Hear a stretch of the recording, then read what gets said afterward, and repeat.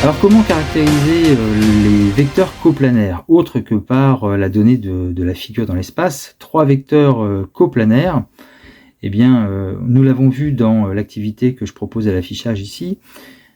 Trois vecteurs coplanaires, si et seulement si, on pourra trouver une relation entre W et les vecteurs U et V en termes de combinaison linéaire. Donc par exemple, le vecteur W devrait s'écrire x fois U plus Y fois V.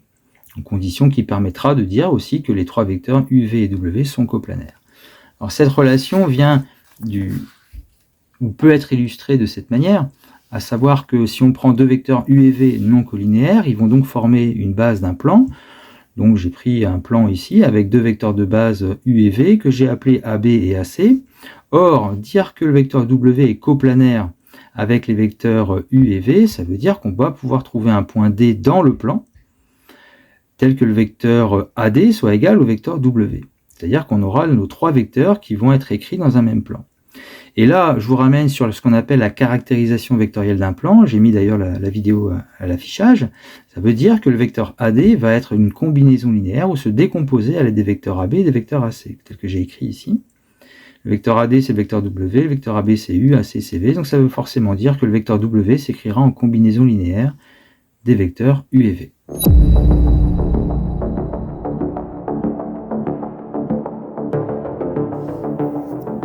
Alors du vocabulaire avec la notion de vecteurs qu'on appelle linéairement dépendants. Prenons le cas de trois vecteurs qui seront coplanaires, donc par exemple les vecteurs DA, DC, HF, vecteurs DA, DC et HF, ce sont des vecteurs qui sont coplanaires, parce qu'on peut dire par exemple que le vecteur HF, qui est égal au vecteur DB, eh bien, correspond à DA plus DC, c'est la règle du parallélogramme.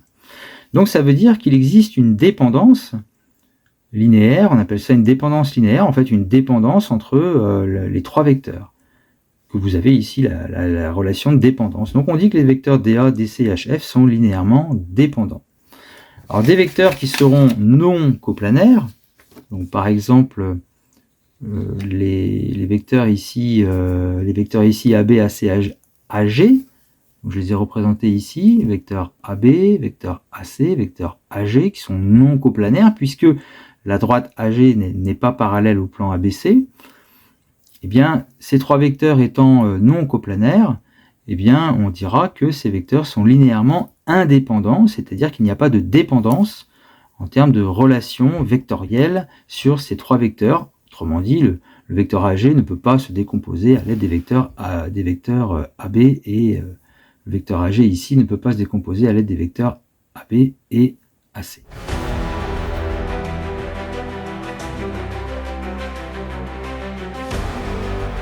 Un exercice d'application des vecteurs coplanaires. Nous allons travailler ici dans un parallélépipède, c'est-à-dire que toutes les faces ici seront des parallélogrammes, et 4 points ont été construits et placés. Le point R, milieu du segment EF, le point S, milieu du segment EH, et les points T et U ont été placés à l'aide des données vectorielles, à savoir que le vecteur AT c'est 2/3 du vecteur AD, le vecteur AT c'est 2/3 du vecteur AD, et le point U est construit de telle sorte que le vecteur AU soit égal à 1/3 du vecteur AC. Et donc nous allons voir dans cet exercice que les 4 points construits, les points T, U, R et S, eh bien, sont dans une configuration particulière. Pour ça, on commence avec déterminer l'expression des vecteurs TR, TU, TS en fonction des vecteurs AB, AD, AE, vecteur AB ici, AD et AE. Commençons avec le vecteur TR. Alors le vecteur TR, on remarque que pour le décomposer suivant ces trois vecteurs, les trois vecteurs ont pour point commun le point A, donc on va utiliser la relation de Chasles avec le point A pour décomposer le vecteur TR en TA plus AR. Vecteur TA égale TA plus le vecteur AR. Et déjà, le vecteur TA, on peut écrire qu'il est égal à moins 2/3 de AD, puisque le vecteur AT est égal à 2/3 de AD.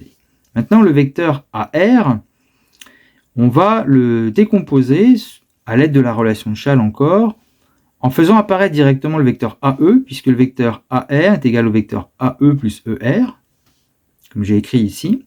Donc le vecteur AE apparaît, le vecteur AD est apparu grâce au vecteur TA, et le vecteur ER ici est égal à 1 demi du vecteur AB, puisque comme on est dans un parallélogramme et que R est au milieu du segment EF, le vecteur ER est égal à 1 demi du vecteur AB. Donc on a déjà ici la décomposition ou l'expression du vecteur TR en combinaison linéaire des vecteurs AD, AE et AB comme demandé.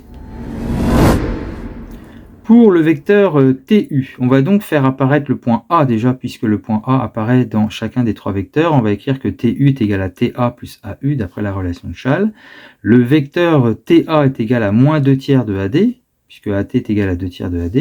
Et le vecteur AU est défini comme étant AU égale 1 tiers de AC. Donc on le remplace directement. Et le vecteur AC a une particularité ici, puisque nous sommes dans un parallélogramme. Le vecteur AC est égal à AB plus AD, c'est la règle du parallélogramme. Donc on remplace le vecteur AC par AB plus AD. Puis nous allons faire un développement en écrivant que c'est 1 tiers de AB plus 1 tiers de AD. Et dans le calcul ici, nous avons moins 2 tiers de AD plus 1 tiers de AD, et moins 2 tiers plus 1 tiers, ça fait moins 1 tiers. Donc l'expression du vecteur TU en fonction des vecteurs AB, AD, AE, c'est 1 tiers de AB moins 1 tiers de AD. Vous allez me dire, tiens, il n'y a pas le vecteur AE, en fait, il y a 0 fois le vecteur AE. Pour le vecteur TS, ici, on peut aller un peu plus vite dans la décomposition en disant que le vecteur TS, c'est le vecteur TA plus AE plus ES. J'ai écrit ici, hein, c'est la relation de Schall. Le vecteur TA, c'est moins 2 tiers de AD. Le vecteur AE apparaît comme demandé. Et le vecteur ES, comme on est dans un parallélogramme, S est au milieu du segment EH, dans le parallélogramme AEHD, eh bien on peut écrire que ES est égal à 1 demi du vecteur AD. En termes de calcul, on aura donc ici le vecteur AE, et ensuite moins 2 tiers plus 1 demi, puisque c'est moins 2 tiers de AD plus 1 demi de AD. Je vous ai mis le calcul ici, hein, moins 2 tiers plus 1 demi, c'est moins 4 sixièmes plus 3 sixièmes. Et donc ça fait moins 1 sixième. Donc on obtient TS qui est égal à AE moins 1 sixième du vecteur AD. Là encore, le vecteur AB ici n'apparaît pas, en fait il apparaît 0 fois. Maintenant que nous avons exprimé ces trois vecteurs, TR, TU, TS, on demande de calculer 9 fois le vecteur TU plus 6 fois le vecteur TS. Donc 9 fois le vecteur TU, on remplace TU par son expression, c'est-à-dire 1 tiers de AB moins 1 tiers de AD. Le vecteur TS, on le remplace aussi par son expression, c'est AE moins 1 sixième de AD. Puis après, on développe, donc 9 fois 1 tiers, ça fait 3, 9 fois 1 tiers, ça fait 3, donc il y aura ici moins 3, puisque c'était moins 1 tiers. 6 fois le vecteur AE, 6 fois 1 sixième, ça fait 1, donc on obtiendra moins AD ici en termes de développement, et on obtient 3 fois le vecteur AB, plus 6 fois le vecteur AE, et moins 3 AD moins le vecteur AD, ça donne moins 4 fois le vecteur AD. Nous allons avec ces résultats pouvoir démontrer, expliquer que les vecteurs TR, TU et TS sont coplanaires. Alors en effet, on a obtenu dans le résultat précédent que 9 fois le vecteur TU plus 6 fois le vecteur TS est égal à 3 fois le vecteur AB plus 6 fois le vecteur AE moins 4 fois le vecteur AD. Et nous avions obtenu à la question 1 que le vecteur TR est égal à 1 demi du vecteur AB plus AE moins 2 tiers de AD. En comparant les coefficients, on remarque que en multipliant le vecteur TR par 6, on a 6 fois 1 demi, ça donne 3, 6 fois 1, ça fait 6, et 6 fois 2 tiers, ça fait 4. Autrement dit, 9 fois TU plus 6 fois TS est égal à 6 fois TR.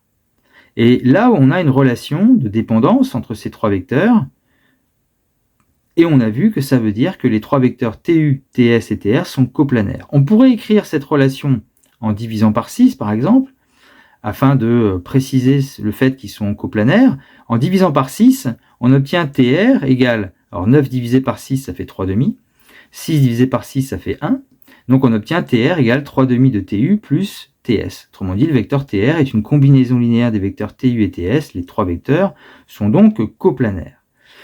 Au niveau de la figure, ça veut dire ici le vecteur TR est en combinaison linéaire ou se décompose à l'aide des vecteurs TU et TS. TU et TS formant une base du plan TUS, eh bien cette relation, ici, ou celle-ci, comme les trois vecteurs sont coplanaires, forcément le point R est dans le plan TUS, qui a pour base TU, TS.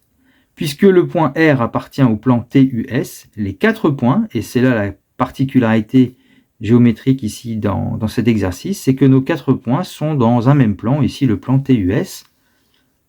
Voilà, donc au final, on a réussi à démontrer que comme le vecteur TR, les vecteurs TR, TU et TS sont coplanaires, ça oblige que le point R est dans le plan TUS, autrement dit, les 4 points sont dans un même plan.